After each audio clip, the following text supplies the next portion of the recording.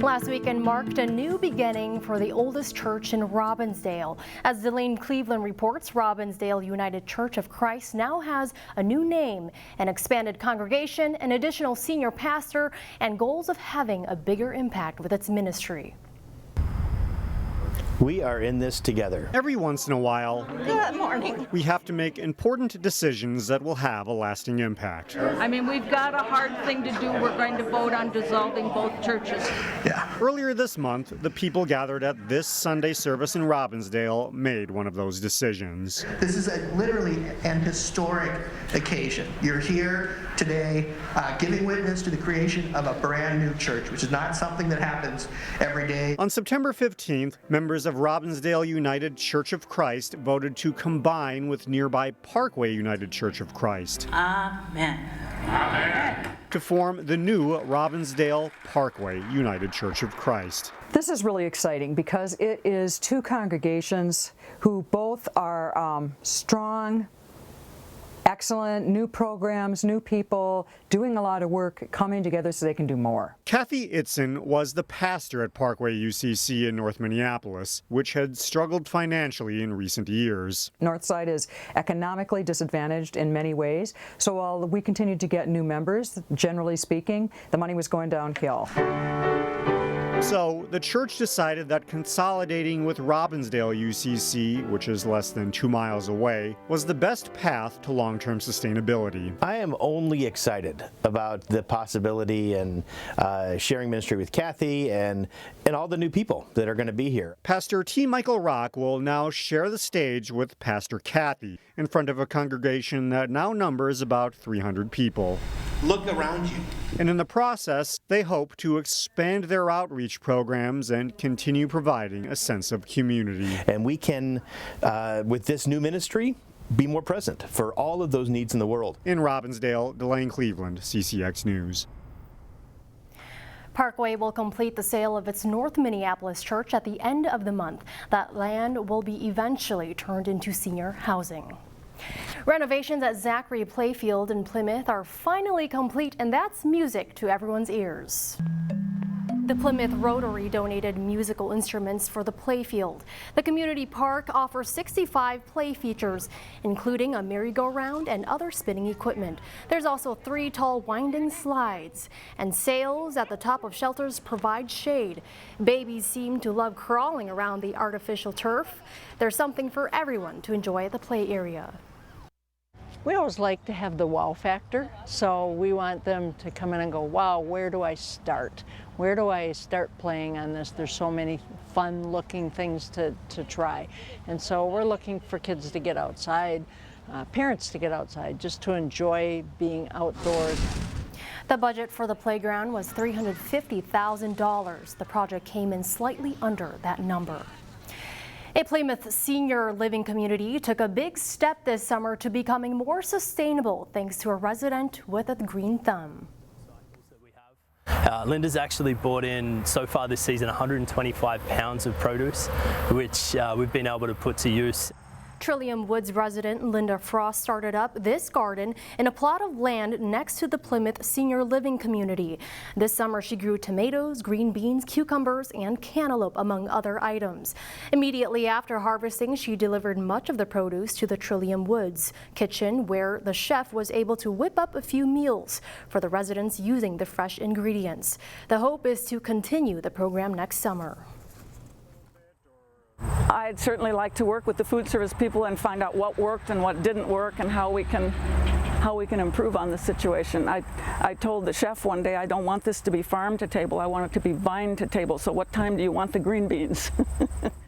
Linda also takes the leftover kitchen scraps and uses them for compost in the community garden. The Hopkins School District is embarking on a process to determine how to best use its buildings in the years to come. The school district purchased the former Boy Scout building near Highway 100 and Glenwood Avenue in Golden Valley last fall. That building was included in a months-long audit of school district facilities. The audit will help determine best use of facilities to fit the district's future planning process called Vision 2031. The district hopes to have recommendations by this spring. It's time once again for a Pilgrim Dry Cleaner's annual tradition. The dry cleaner is accepting new and gently used winter coats through October 12th. It's for the company's Coats for Kids campaign. Usually they set a 10,000 coat goal, but this year there's more needed, so they're aiming for 14,000. We see the need in our communities every day for kids at schools, and you see people on the streets, and there's a lot of homeless, and in the winter it's a really harsh winter for people that don't have what they need, and especially kids. If you don't have a coat, checks are also good. You'll find a link to more information on our website, ccxmedia.org. The beginning of fall is officially Monday, but it certainly didn't feel like fall this past week. Nevertheless, the sights of fall are coming into view. We captured them at the Eastman Nature Center. Enjoy.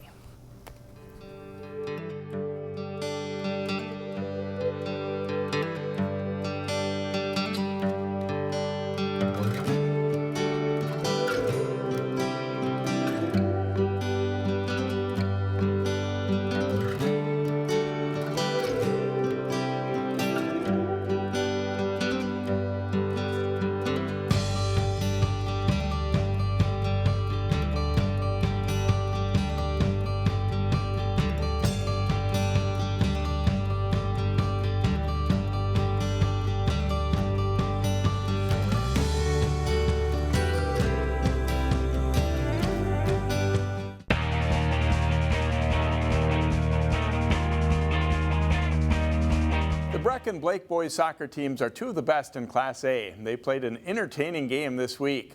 Breck ranked third, trying to knock off #1 Blake. Breck's Walsh Kern sends a nice ball outside to Ralph Smits. His crossing pass is buried by Spencer Chapman, and Breck is up 1-0 15 minutes in. Blake's Keegan James scored a state tournament goal from midfield last season, and this one is almost as long as traffic in front bothers the keeper. The James shot is in, and it's 1-1. Late in the first half, two Breck defenders nearly collide, then Matthew Carlson's shot deflects off a defender's foot and in as Blake takes a 2-1 lead into halftime. Second half, and Breck's David Gorman sends the long pass ahead, and Kern is onside. He avoids the keeper and scores. The game is tied up at 2-2, and it eventually goes to overtime. And in the first OT, Smits threads a great pass through, and Jake Silverman scores. Breck adds another on a penalty kick, and they beat top-ranked Blake 4-2. Defending State 3A volleyball champion Champlin Park has lost 6 matches this fall, but all to ranked teams. They looked for a win against Maple Grove earlier this week. Parents' night at Maple Grove as the Crimson hosted the Rebels. First set, and the Rebels' Taylor Hillman pushes it to an open spot on the court for a point and an early Champlin Park lead. The quick set goes to Sammy Hilly for the big swing and kill. She has 8 kills in the match. The Rebels take the first set 25-13.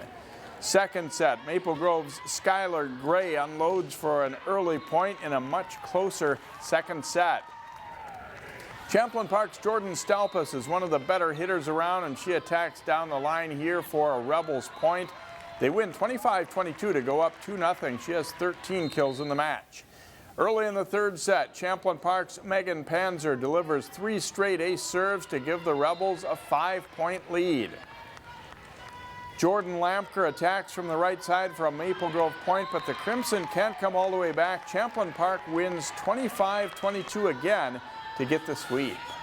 The Champlin Park girls soccer team is playing very well this season as they shoot for big things. It's so far so good for the Champlin Park girls soccer team. The Rebels enter Tuesday with a 6-0-1 record, with 4 of the 6 wins via shutout. They're ranked 10th in this week's state poll. They had a good feeling coming in that this team could excel. Most of our team is comprised of returning players, and so I guess we would be pretty talented, but we definitely had a couple key players come in this year that have definitely changed us for the best. I think coming into the season, we kind of expected to be one of the top competitors and very competitive, knowing that we did have very skilled players coming onto our team and returning to our team. Former Hopkins girls coach Keith Pavelka took over as Rebels head coach this season. The players say it hasn't been a tough transition. I think that a lot of us were nervous and kind of excited about getting a new coach, and I think that we're all super happy with how the season's turning out so far. Keith is trying to get us to do a more possession sort of game, and I think that we've been really working hard at that at practice, and it's really been turning out in the game. It's been actually really easy having a new coach, and he's brought a lot of new ideas and new motivation to the team. A thing he really stresses is working hard every game and seeing how we can improve during this game and the next one and the next one, not just being okay with being okay with a win. Champlin Park had a very strong season a year ago, starting 10-1 and ultimately going 13-4-1. They lost in the Section 5AA semifinals to Centennial. With Centennial and Maple Grove moving out of Section 5, the Rebels should have a good shot at a program first. We definitely have state tournament goals in mind, and just one game at a time and trying to get to that section final so that we can get our first school history soccer berth into the state tournament. For now, Champlin Park's just looking to play well game in and game out, and the results will come. The Rebels play at Coon Rapids Monday.